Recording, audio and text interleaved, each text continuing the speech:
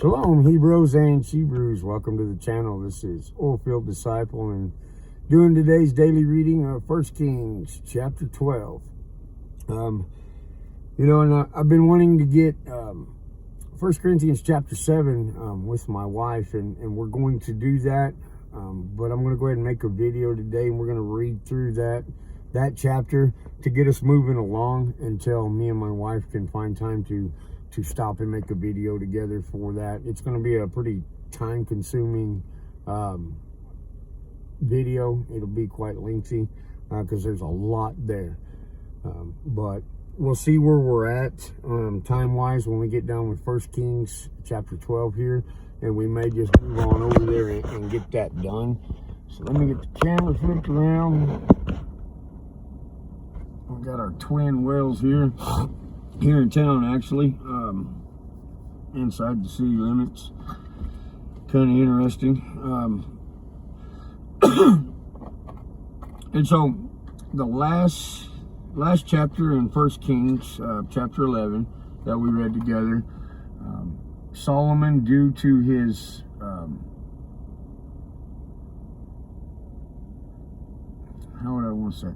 due to his lack of guarding of Yahweh's word, allowed the women that he had become married to lead him into idolatry and other types of sin nature, and Yahweh has stripped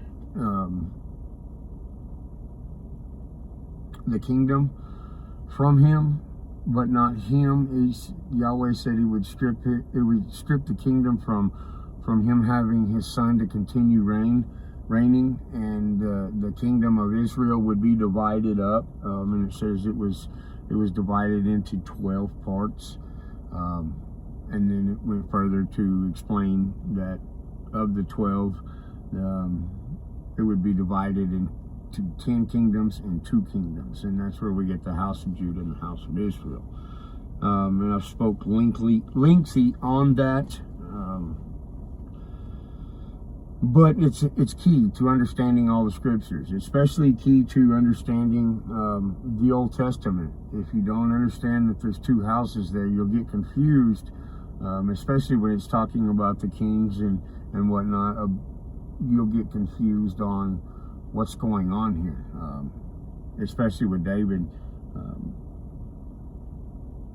when he first becomes king of Israel and then king of all Israel. When it says Israel, it's just meaning the 10 tribes most oftentimes. But when it says all Israel, then it includes the other 2 and makes the 12 tribes, which would be the house of Judah, house of Israel.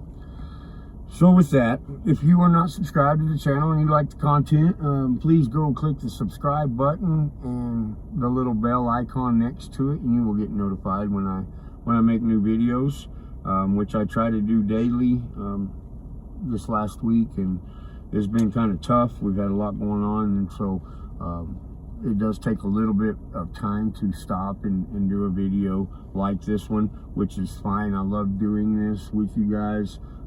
Feel free to hit me up with any questions, comments, disagreements, or otherwise.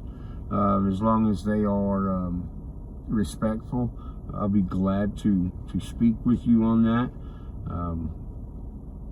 You can feel free to email me at OFD, that's OFD2176 @gmail.com, and I will try to put that in the description on most of my videos, so you can email me any questions, comments, disagreements, or otherwise. Feel free to share any of these videos. Nothing is private. Feel free to share them to your Facebook page, Twitter, Instagram, whatever. I don't know a whole lot about social media, so I don't know how all that works. So 1 Kings chapter 1, 1 Kings chapter 12, verse 1. And Rehoboam went to Shechem, for all Israel had gone to Shechem to set him up to reign. And it came to be, when Jeroboam, son of Nebat, heard this, he was still in Mitzrayim, Egypt, for he had fled from the presence of King Solomon, and had been dwelling in Mitzrayim, that they sent and called him. And Jeroboam and all the assembly of Israel came and spoke to Rehoboam, saying, Your father made your yoke hard, and now lighten the hard service of your father, and his heavy yoke which he put upon us, and then we will serve you. And he said to them, Go away for 3 days, and then come back to me. And the people went. Then King Rehoboam consulted the elders who stood before his father Solomon while he still lived, and he said, What do you advise me to answer these people? And they spoke to him, saying, If you are a servant to these people today, and shall serve them, and shall answer them, and speak good words to them, then they shall be your servants all the days. But he ignored the advice of the elders. He ignored the advice the elders gave him, and consulted the young men who had grown up with him, who stood before him. All right, let's pause right there. He goes to seek wisdom from the elders of Israel, those who have served Solomon, and walked along with Solomon and seen Solomon's wisdom. And these men are older and advanced in years, and they've seen a few things. And so their insight should be more to this young man, to Rehoboam, than that of those of his age, those of his peers. But rather than trusting in that, and rather than seeing the wisdom that they gave him and not really liking it, wasn't his cup of tea per se, he talked to those who grew up with him, his friends, his buddies. What do you think? And when they begin to speak to him, he's all for it. He's like, yeah, that's how I feel too. Good lesson to be learned there. A lot of times when we seek wisdom or counsel, we really want someone to agree with our already thoughts and ideas, our agenda. We want someone to agree with us, and if they don't, then we tend to go and seek counsel otherwise until we find that agreement. Many times we hear elders will tell us something when we're younger, and we will blow them off and not pay them much attention or give them much credibility. But if our friends, our buddies tell us something, let's do it. And so more oftentimes than not, when we seek counsel, we're really not seeking counsel for wisdom. We're seeking confirmation to do what we wanted to do. And we just needed someone to reinforce that idea, regardless of whether it's a good idea or not. And like I said, so most oftentimes we're seeking someone to agree with us. That's why, since I've been a leader in the body since I've been a leader in the body, since I've been deacon and now pastor, I'm probably not always going to agree with your thoughts. I may or I may not. But regardless, I'm going to tell you to the best of my ability, of my wisdom, my knowledge, for insight on your issue, whether you like it or not. I'm not going to compromise just to have your feelings saved. I'm not going to compromise so you'll listen to my wisdom and come back the next time. Because most oftentimes, when we get that true wisdom and it disagrees with our agenda, it disagrees with us, we don't go back to that source again. And we continue to place ourselves around those who will agree with us.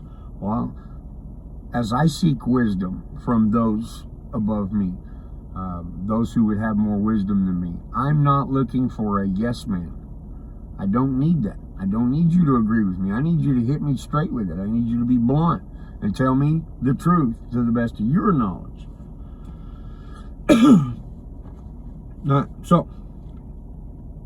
And he said to them, What advice do you give? How should We answered these people who have spoken to me, saying, lighten the yoke which your father put on us. And the young men who had grown up with him spoke to him, saying, say this to the people who have spoken to you, saying, your father made our yoke heavy, but you make it lighter on us. Say this to them, my little finger is thicker than my father's waist. Meaning, as I reign, my little finger is going to do more than all of my father's being. Don't you worry about it. I got this. Trust in me. Verse 11. And now my father laid a heavy yoke on you, but I add to your yoke. My father flogged you with whips, but I flog you with scourges.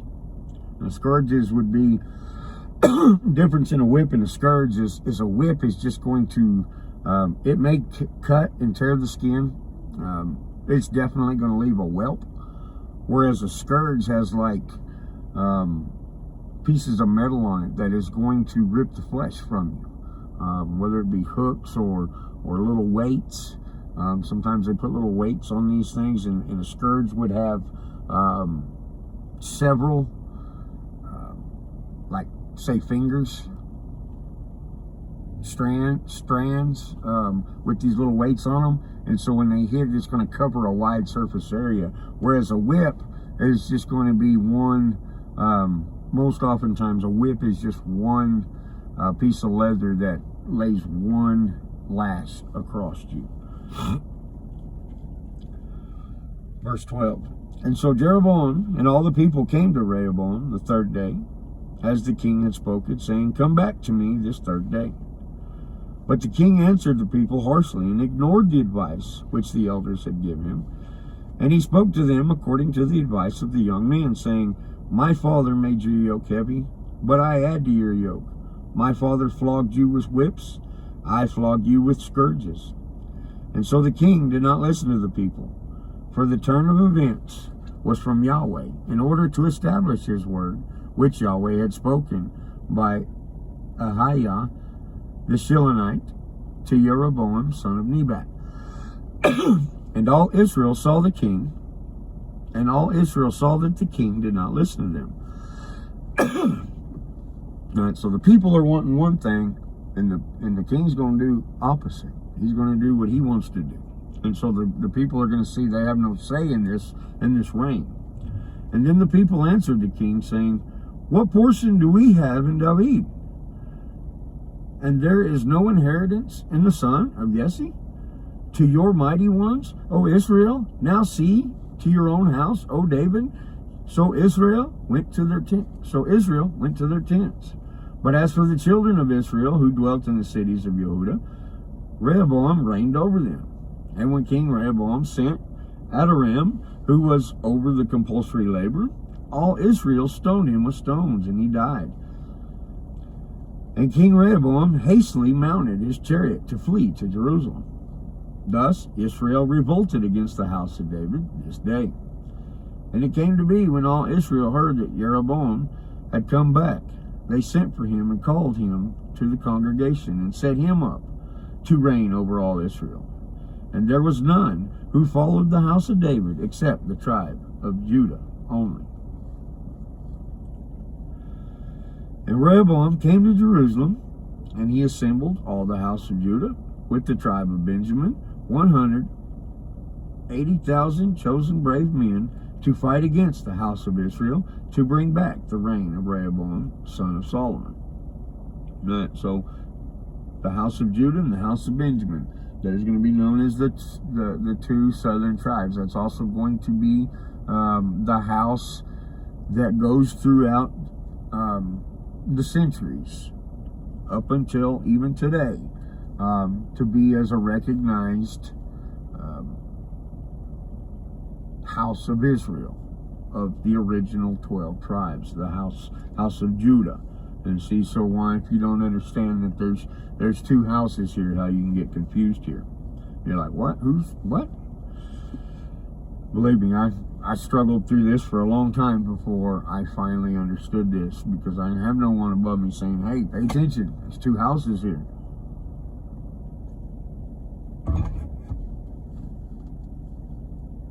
Verse 22, but the word of Elohim came to Shemaiah, the man of Elohim, saying, speak to Rehoboam, son of Solomon, sovereign of Yehuda, and to all the house of Yehuda and Benjamin, and to the rest of the people, saying, thus saith Yahweh, do not go up or fight against your brothers, the children of Israel. Let every man return to his house, for this matter is from me. And so they obeyed the word of Yahweh, and turned back according to the word of Yahweh. And Jeroboam built Shechem in the mountains of Ephraim, and dwelt there. And he went out from there and built Penuel. And Jeroboam said in his heart, now the rain shall return to the house of David. If these people go up to do slaughterings in the house of Yahweh at Jerusalem, then the heart of this people shall turn back to their master, Rehoboam, king of Yehuda, and they shall kill me and go back to Rehoboam, king of Yehuda.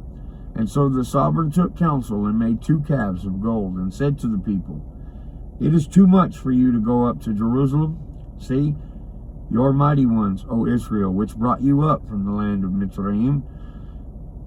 And he set up one in Bethel, and the other he put in Dan. And this matter become a sin, for the people went before the one as far as Dan. And he made the house of high places, and made priests from all sorts of people, who were not of the sons of Levi.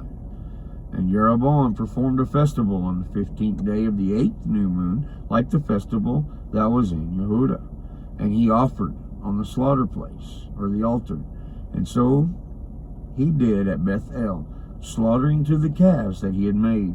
And at Bethel he appointed the priests of the high places, which he had made. And he made offerings on the slaughter place, which he had made at Bethel, on the 15th day of the 8th new moon, in the new moon, which he had devised in his own heart.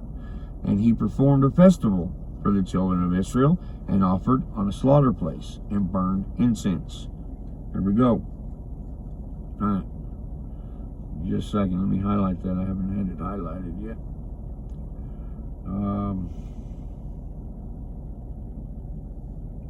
Okay. What is the 8th new moon to Israel? Nothing. He comes up with it to be similar to that of Israel, or of to be similar to that, like was in Judah. All right. What is the 7th new moon? The 7th new moon is Passover, or is it Sukkot? Shoot. Hang on. Let me look here. The 7th new moon would be Sukkot, sorry. Sukkot. And so that festival would be other than God's appointed time. And see, that is why, as I begin understanding this and walking this out, I realized that Christmas and Easter and Halloween and these other holidays that come from the world were not to be celebrated. They were actually an abomination to Yahweh.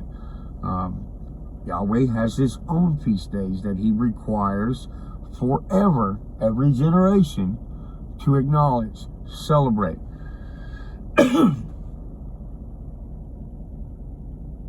And we see here that whenever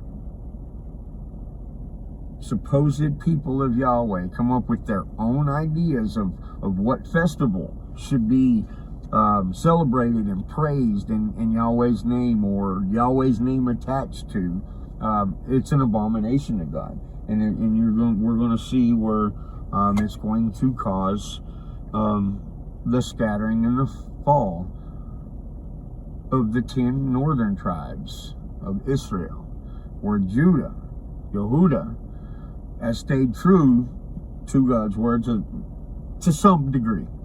They're still just as rebellious, but Yahweh is going to keep them from being destroyed.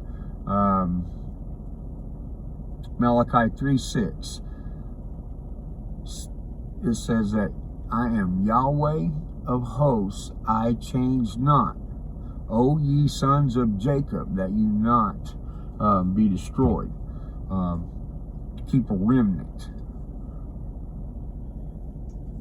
And so, I know if you're kind of new to the channel, you're kind of new to hearing this, I understand that can be a little bit confusing. Go back and look at other videos I have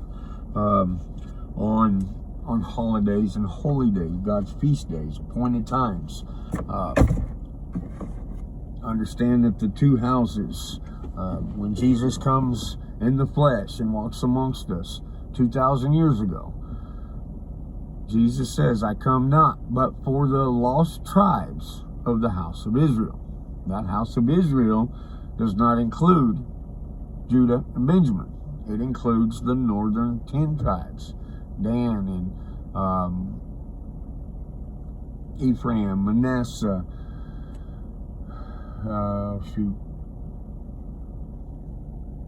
Reuben, Simon, Levi,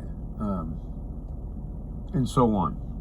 And so, really got to understand that. And that's why I'm against, in my own home, and those that I teach, I'm against celebrating America's holidays of Christmas and Easter, the ones that we attach Jesus' name to.